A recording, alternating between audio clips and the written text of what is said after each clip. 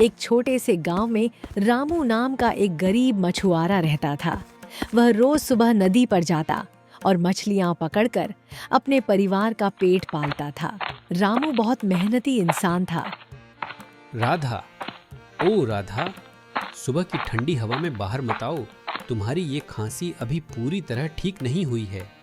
ये लो, गरम चाय पी लो। जी, मैं तो ठीक हूँ, पर आज आप ठाकुर भानु प्रताप के तालाब पर इतनी जल्दी क्यों जा रहे हैं? पूरा गांव जानता है कि उसकी नीयत ठीक नहीं है। वह किसी का सगा नहीं है। जानता हूँ राधा, लेकिन पूरे इलाके में मछली पकड़ने के लिए सिर्फ उसी का बड़ा तालाब बचा है। बाकी सब तो सूख गए। आज अगर वहाँ जाल नहीं डाला तो दोपहर के बाद तुम्हारी शहर वाली दवाइयों के पैसे कहाँ से आएंगे? बापू, आप फिर उसी जालिम ठाकुर का नाम ले रहे हैं। पिछले हफ्ते का हिसाब याद है ना आपको? 6 दिन हमने घुटने भर कीचड़ में खड़े होकर जाल खींचा और उसने हमारी आधी मजदूरी काट ली, यह कहकर कि मछलियां छोटी थीं। आकाश बेटा, जब ताकत और पैसा सामने वाले के पास हो तो गरीब को थोड़ा झुकना पड़ता है। हमारी मजबूरी का फायदा उठाना उसकी आदत है, पर हमारा काम तो उसी से चलता है। नहीं बापू, रास्ता बदलना पड़ता है या फिर हक के लिए लड़ना पड़ता है। मैं शहर में सिर्फ कानून की किताबें नहीं रट रहा, यह भी सीख रहा हूँ कि शोषकों के सामने रीढ़ की हड्डी सीधी कैसे रखी जाती है। आज आप अकेले नहीं जाएंगे, मैं भी साथ चलूंगा। नहीं आकाश, तू अपनी पढ़ाई देख। ठाकुर के आदमी बहुत बदतमीज हैं। तू शहर की हवा खाकर आया है, तेरी गर्म जबान वहां कोई बखेड़ा खड़ा कर देगी। अगर आज आप मुझे साथ नहीं ले गए बापू, तो मैं कसम खाता हूँ कि मैं अपनी कानून की पढ़ाई बीच में ही छोड़ दूंगा। मैं माँ के सामने कह रहा हूँ। राधा कमजोर आवाज में, जाने दे इसे रामू, जाने दे। आज मेरा दिल भी घबरा रहा है। बेटा साथ रहेगा तो मुझे तसल्ली रहेगी। ठीक है, तू भी चल, पर एक बात कान खोलकर सुन ले आकाश, हवेली पर सिर्फ मेरी चलेगी। तू वहां कोई नेतागिरी नहीं चमकाएगा। चल, जाल उठा और पतवार देख ले। सुबह के 6 बज रहे थे। ठाकुर की हवेली से सटे बड़े तालाब पर हल्का कोहरा छाया हुआ था। रामू और आकाश अपने भारी जाल कंधे पर लादे वहां पहुंचते हैं। क्यों बे कालू, ये रामू बुड्ढा अभी तक आया नहीं?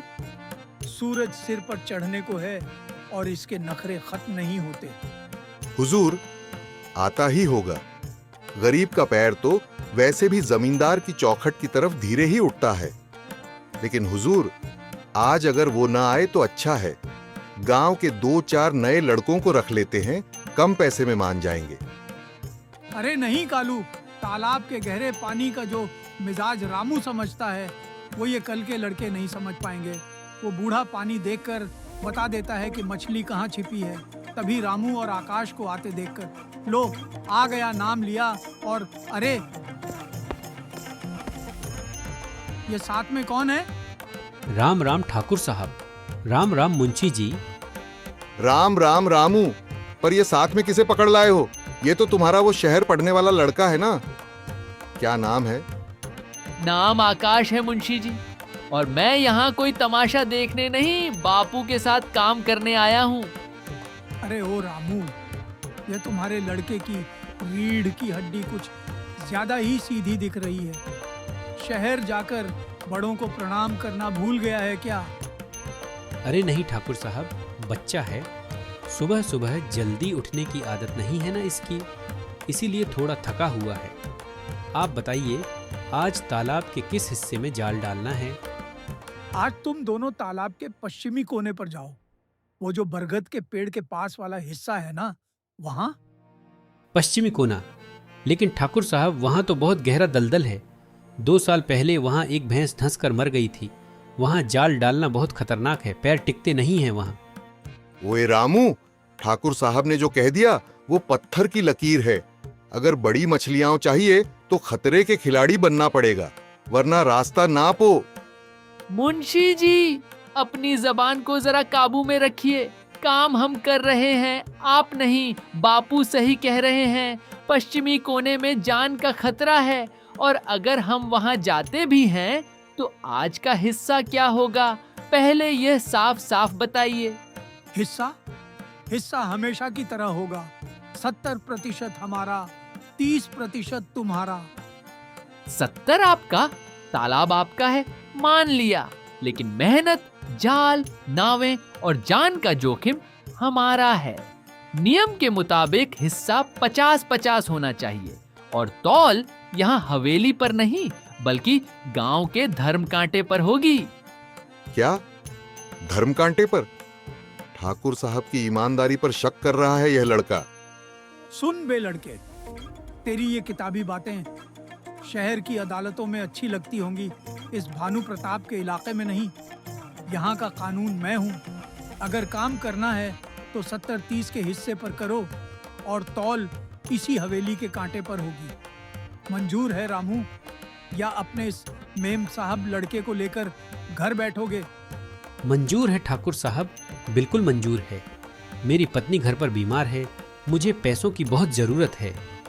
आकाश, एक शब्द भी और मत बोलना, चल मेरे साथ। दोपहर के 12 बज चुके थे। सूरज आग उगल रहा था। रामू और आकाश छाती तक गहरे कीचड़ और पानी में धंसे हुए थे।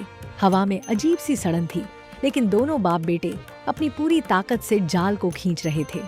आकाश पसीना पोंछते हुए, हांफते हुए, बापू, उफ, यहाँ तो पैर हिलाना भी मुश्किल है। ऐसा लग रहा है जैसे नीचे से कीचड़ मेरे पैर जकड़ रहा है। पैर मत रोक आकाश, अगर पैर एक जगह रोके तो दलदल नीचे खींच लेगा। चलते रह और जोर लगा। देख, जाल भारी हो रहा है, इसका मतलब मछलियां हो फंस रही हैं। बापू, मुझे उस ठाकुर और मुंशी पर बिल्कुल भरोसा नहीं है। मुझे पक्का यकीन है कि वे तौल में गड़बड़ी करेंगे। मैंने देखा था जब हम तालाब की तरफ आ रहे थे, मुंशी कांटे के पास कुछ छिपा रहा था।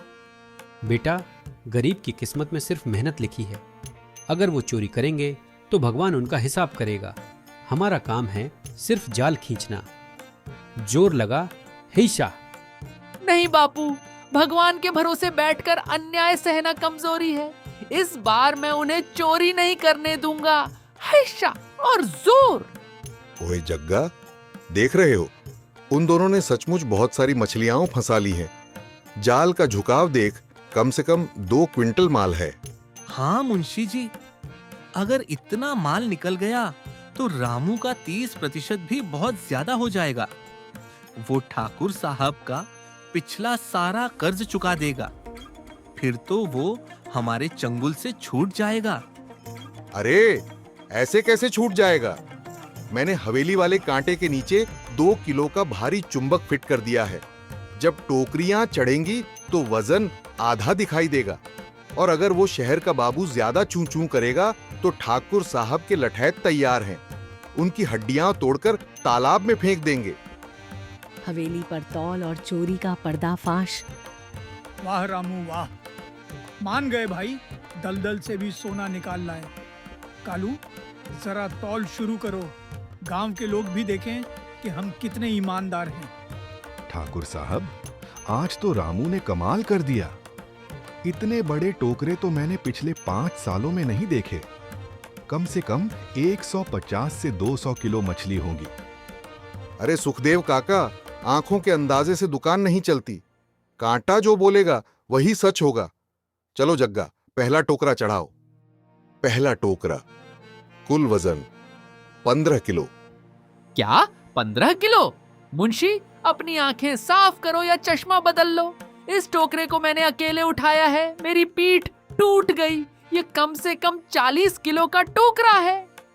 ओए लड़के, तमीज से बात कर। कांटा जो दिखा रहा है मुंशी वही लिख रहा है। तू क्या कांटे से बड़ा हो गया? मुझे देखने दीजिए। मुंशी जी, जरा हटिए वहां से। अरे पीछे हट, तू कांटे को हाथ नहीं लगा सकता। ये ठाकुर साहब की हवेली की संपत्ति है। संपत्ति है तो साफ सुथरी होनी चाहिए। इसमें ये नीचे लोहा क्यों चिपका है?